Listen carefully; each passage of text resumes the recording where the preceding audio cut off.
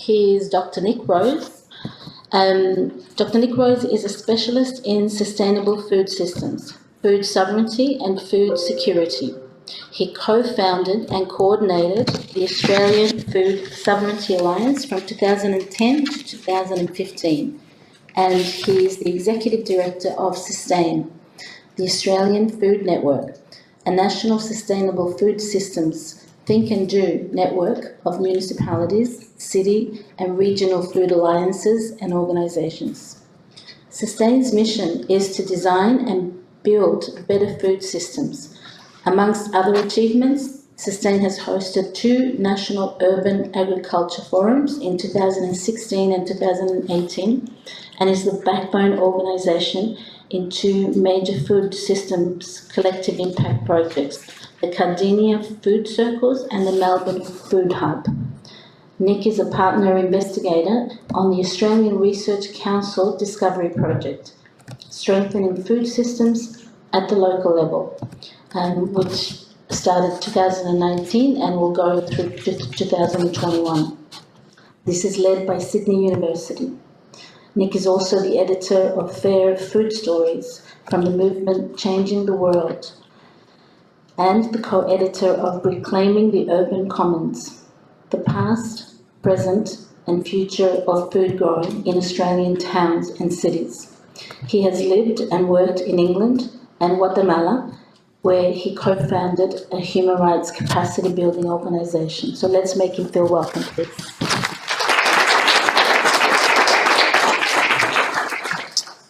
Thanks very much, Nancy. I realised that bio was way too long. Sorry about that. It's really wonderful to be here with you in this beautiful space, this wonderful room. I'm so pleased that you've taken time to come and listen to us talk about ways forward in addressing this climate crisis, this energy crisis, this food crisis that we're in the midst of at the moment. I should say I was a little bit,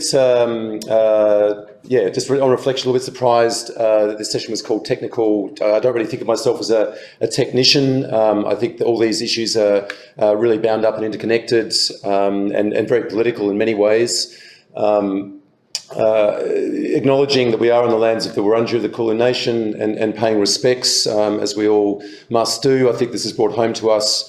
I'm sure many of you would have heard of what's happening out at Ararat at the moment with the Jabwarung Tree Embassy, where we have our state government proposing right now, as we sit here, to evict the traditional custodians of that land in order to build a highway to save commuters 2 minutes.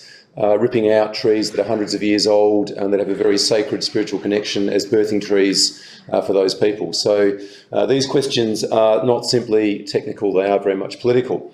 But I'm going to talk to you about the work that we're doing, what we're trying to do in Victoria to turn around the food and farming system, which is heard and seen when Jane was talking about the drawdown presentation in terms of the challenge about emissions, about climate crisis, climate emergency. Food is the biggest single contributor, food and agriculture, the biggest single contributor to this situation. So good news is that's the bad news. The good news is if food and farming are the problem, they can also be the solution. And as we're going to hear from Beck after me, there's so many wonderful things, so many wonderful people around this country and globally who are changing things up in a major way.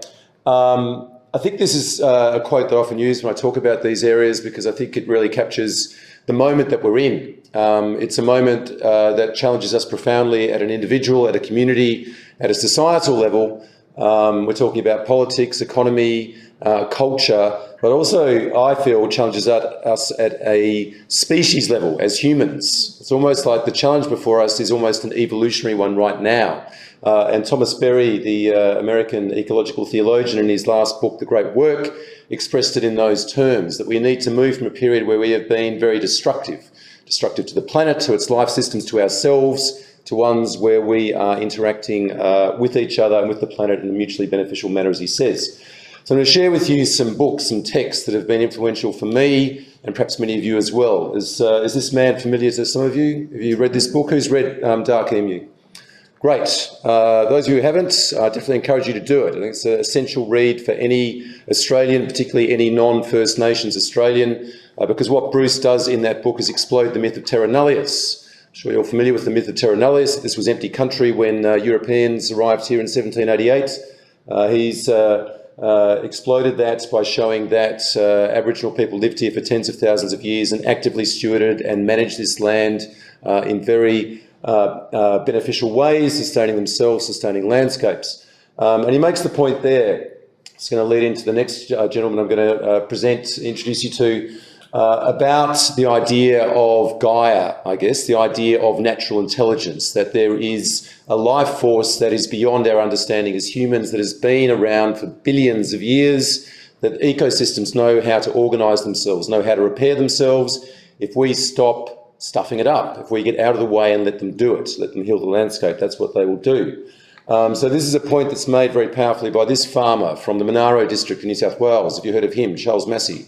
Who's read his book called The Reed Warbler? Good on you, because it's 600 pages long. It's a big read. I got about 300 pages in, but he talks about, that's the headline from the Guardian article from his book when it was reviewed in 2017. Quite a controversial headline, but an important one. And he's talking about the shift from what he calls a shift in the mindsets of our farmers in Australia and globally, from what he calls an industrial paradigm, an industrial mindset, to an organic or neo-organic mindset. Oops, sorry about that. And again, a very important book. And you would have also seen in Hawkins' slide there that regenerative agriculture, also known as agroecology, is one of the single most powerful ways that we have in order to draw down carbon from the atmosphere, farming with our ecosystems and landscape rather than against them. So what do we mean when we talk about a broken food system in Australia? I'm not going to go through all of this in great detail, but you see there the iconic koala. The Australia Koala Foundation says that koalas are now functionally extinct in this country. We've gone from populations of literally millions of koalas from 1788 down to about 80,000 now, which is not enough to actually sustain themselves. That's how badly we've mismanaged our lands, and a lot of that comes back down to agriculture. The health crisis was mentioned, those balloons there on the left-hand side, all of that totals up to about $13 trillion. Those are the human health costs globally of the food and farming system. $13 trillion, 1/6 of global GDP, attributable to the way in which we are managing land and the foods that we are eating. The gentleman at the top, one of the first banana growers where I used to live up in Coffs Harbour in New South Wales, talking about the fact that farming is not viable. You've probably all heard of the cost-price squeeze facing Australian farmers.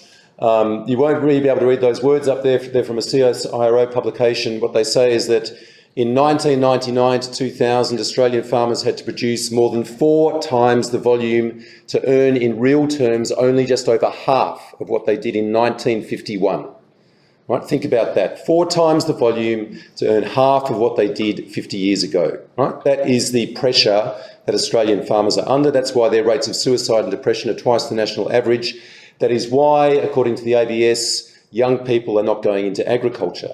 Right? These are huge challenges. We're talking about a sustainable food system, about being able to feed ourselves. We need to create viable pathways and support for our farmers. And this on the right, a lot of that comes back to this book. I don't know if anyone have heard of that. Malcolm Knox, another great read, an important read if you're interested about food, the food system in Australia, Supermarket Monsters, the power of Coles and Woolworths in our food system. And there on the right, this is great research funded by Lord Mayor's Charitable Foundation, who also fund my organisation. Foodprint Melbourne team at Melbourne University looking at the problem of urban sprawl in Australia. Who lives in the outer urban areas, and it's what we call peri-urban, Cardinia, Werribee? Right, so you will know that we are putting concrete on our best soils, right? We're pushing farmers further out. We value land much more for its worth in terms of the real estate market, and we're not valuing it for its capacity to produce food. This is a critical challenge that we're facing.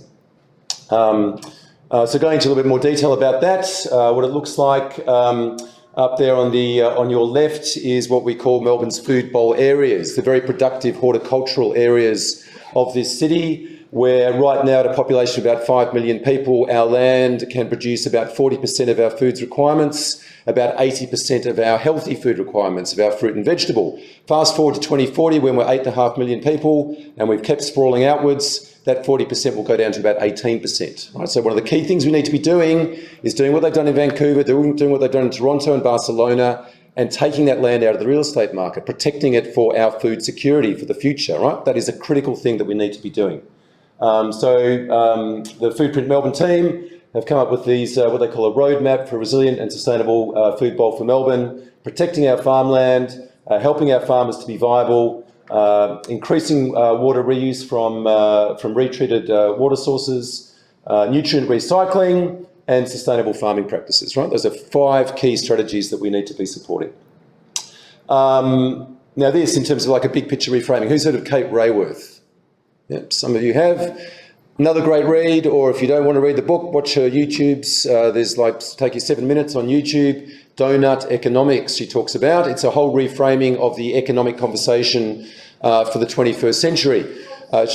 She makes the point that in an economy which we have at the moment, where our sole focus is on GDP growth measured quantitatively, that's the sole policy focus of our federal and state governments and most of our local governments, that is not fit for purpose, right? We need an economy that is about sustaining human health and well-being and ecological integrity and dealing with the climate crisis, right? But that's not what GDP is about. So she does there, and I don't have time to go through it, but reframing the economic priorities. So it's about creating ecologically safe and socially just space for humanity, bringing ourselves within the ecological ceiling and raising everybody up to the social minimum. That's why it's called the sweet spot for humanity, the donut, right? Strongly suggest you read that. So, as you heard from my very long introduction, this is our mission as an organisation to design and build better food systems. I'm going to tell you a little bit about how we do that in Cardinia. So we work according to the philosophy of collective impact. Who's heard of collective impact? Right, down the back, James and Kerry. Okay, so collective impact is, as was said by Paul in the first session, we're facing wicked problems, complex, difficult problems. The food and farming dynamic is one of them. They're too big, they're too difficult, they're too complex for any one institution, government, organisation, business to solve by itself, right? We need everybody working together in order to address them successfully, right? That's the basic premise. So there has to be a shared vision. We need a goal about where we want to get to, a shared agenda, and we need to be working together, many actors, aligning our activities in a structured form of collaboration in order to reach that goal. That's what collective impact is. So we've got 2 major collective impact projects. I'm going to talk to you only about the first one, but those are the websites.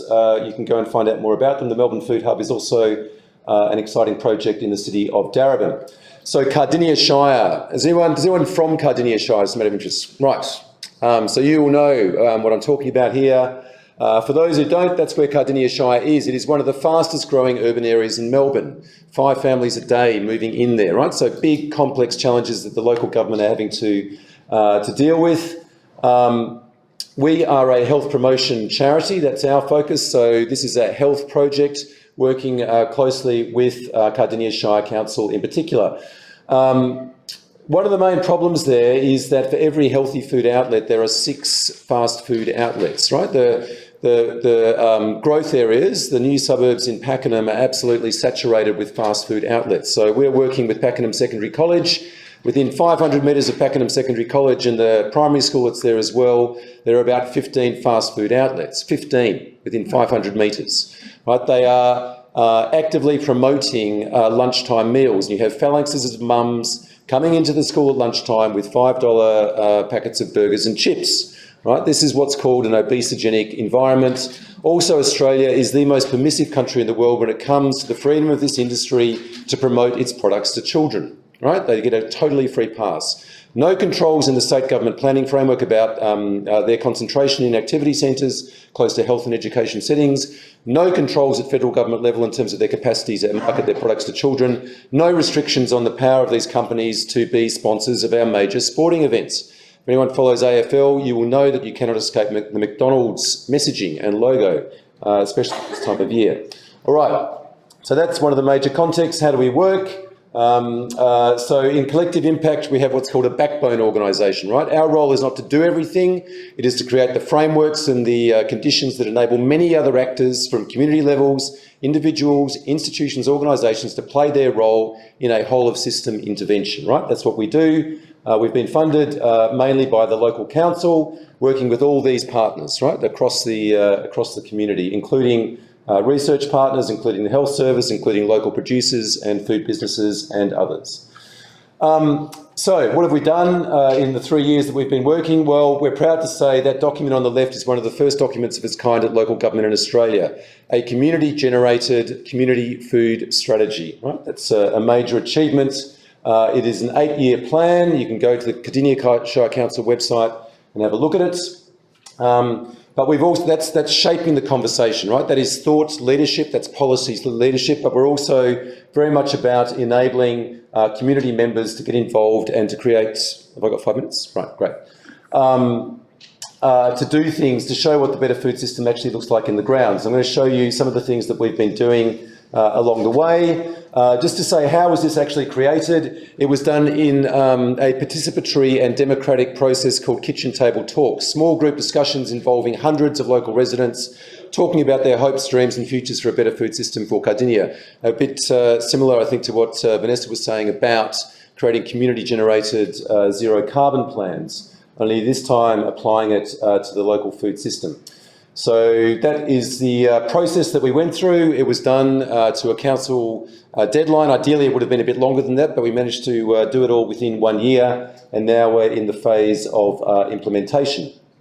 That's a little illustrated graphic about our vision for a better Cardinia food system. So what are we talking about? We're talking about a healthy food system, a delicious food system, a fair food system and a sustainable food system. These are messages from community members about what they want to see for Cardinia Shire.